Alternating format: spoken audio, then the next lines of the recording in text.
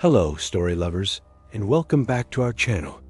Today, we re-diving into a wonderful tale about a clever little duckling who proves that brains can often be more powerful than brawn. So snuggle up and let's begin our story.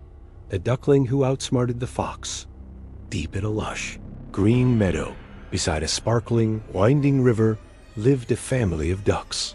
Mother Duck was so proud of her 5 fluffy yellow ducklings.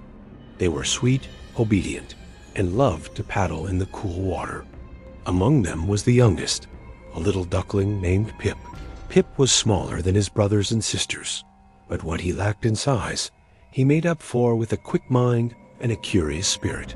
He was always watching, always learning, and always thinking. One bright, sunny morning, Mother Duck gathered her ducklings.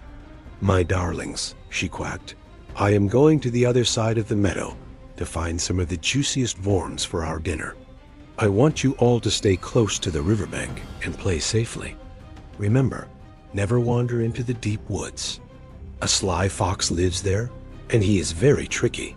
The ducklings all nodded, quacking, "Yes, Mama, we'll be good."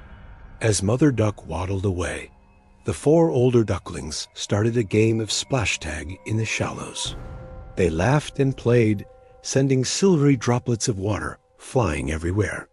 But Pip, as usual, was more interested in observing his surroundings. He watched a dragonfly with shimmering wings zip past, saw a frog leap from a lily pad, and noticed how the willow tree's branches swayed gently in the breeze. As the sun climbed higher in the sky, a shadow fell over the riverbank. From behind a thicket of bushes, 2 cunning eyes peered out. It was Ferdinand the fox.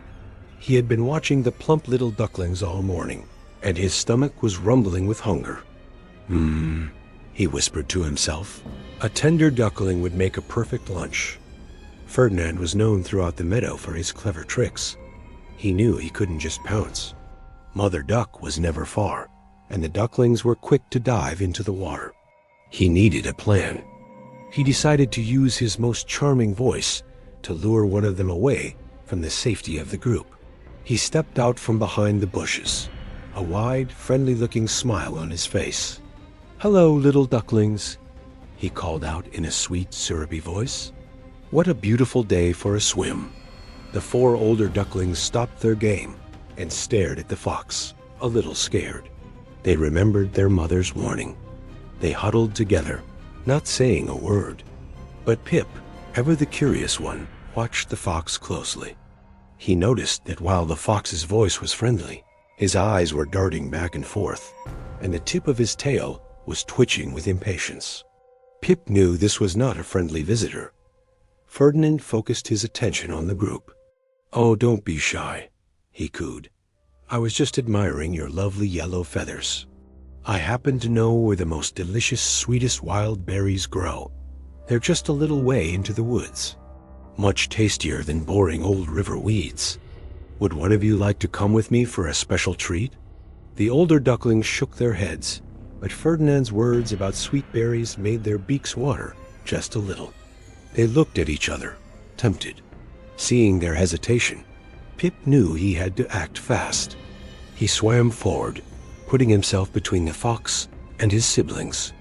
"Mr. Fox," he quacked in his small but clear voice, "those berries sound wonderful, but our mother told us something very interesting about you." Ferdinand raised an eyebrow, surprised that the smallest duckling was speaking to him. "Oh, really? And what might that be?" he asked, his cunning smile never fading. "She said," Pip began, his mind racing, "that you are the most magical fox in the entire world. She said you can do anything." Ferdinand's chest puffed out with pride. He loved being flattered. "Well, she is a very wise duck," he boasted. "It's true. I am quite remarkable. She told us," Pip continued, "that you are so fast you can outrun the wind. But she also said you can't fly. She said that's the one thing you can't do, because you don't have wings." The fox scoffed. "Fly? Of course I can't fly. I'm a fox, not a bird." "Ah," said Pip, pretending to be disappointed. So it's true.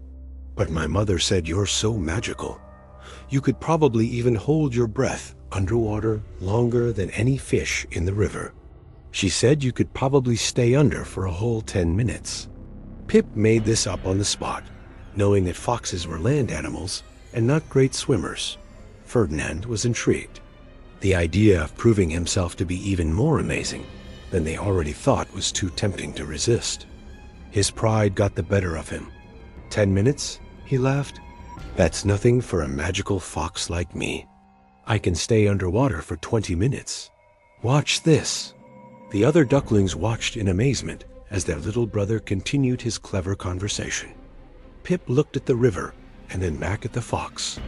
I don't know, Mr. Fox, he said, shaking his head doubtfully. That sounds impossible. We'll have to see it to believe it. If you can really stay underwater for that long, we'll know you're the most magical fox ever, and we'll go with you to get those berries. Blinded by his own ego, Ferdinand didn't see the trap.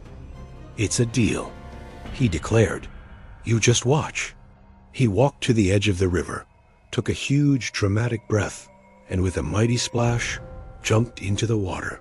He sank beneath the surface, determined to prove the little duckling wrong. The moment the fox disappeared, Pip turned to his siblings. Quick, he chirped. Swim to the middle of the river and hide under the big lily pads. Now, the ducklings didn't hesitate. They paddled as fast as their little webbed feet could carry them, diving under the large green leaves in the center of the river, completely hidden from view. Pip followed right behind them. A minute went by, then two. Down below, Ferdinand the fox was holding his breath, his eyes squeezed shut. He was getting very uncomfortable. His lungs started to burn, and his ears began to ache. He couldn't hold on much longer. Finally, he burst to the surface, gasping for air and sputtering water. See? He shouted triumphantly. I told you I wait. Where did they go? He looked around, confused. The riverbank was empty. The water was still. The ducklings were nowhere to be seen. He scanned the river, the bushes, and the meadow. They had vanished. He felt a fool. He had been so busy trying to show off that he had been completely outsmarted by a tiny duckling. Grumbling to himself about tricky birds, a defeated Ferdinand dragged his soaking wet fur out of the river and slunk back into the woods, hungry and humiliated. Just then, Mother Duck returned, her beak full of delicious worms. She looked around and couldn't see her children. Her heart pounded with fear. Pip, darlings, where are you? She called out, her voice filled with panic. One by one, 5 little yellow heads popped up from under the lily pads. They swam quickly to their mother, quacking excitedly. They all started talking at once, telling her about the sly fox and how Pip had saved them. Mother Duck listened to the whole story, her eyes wide with astonishment. She looked down at Pip, her smallest but cleverest child. She nuzzled him with her beak and said, Oh, Pip, I am so proud of you. You were so brave and so smart. You used your wits to protect your family. You have taught us all a valuable lesson today. A quick mind is the strongest shield you can have. From that day on, Ferdinand the fox never bothered the duck family again. He had learned his lesson the hard way. And Pip, the little duckling, became a hero in the meadow, not for his size or his strength, but for his brilliant mind. He continued to watch, learn, and think, proving that even the smallest of creatures can achieve the greatest of things. And that's the end of our story for today. It just goes to show you that being clever and thinking on your feet can get you out of some very tricky situations. I hope you enjoyed the tale of Pip the Duckling.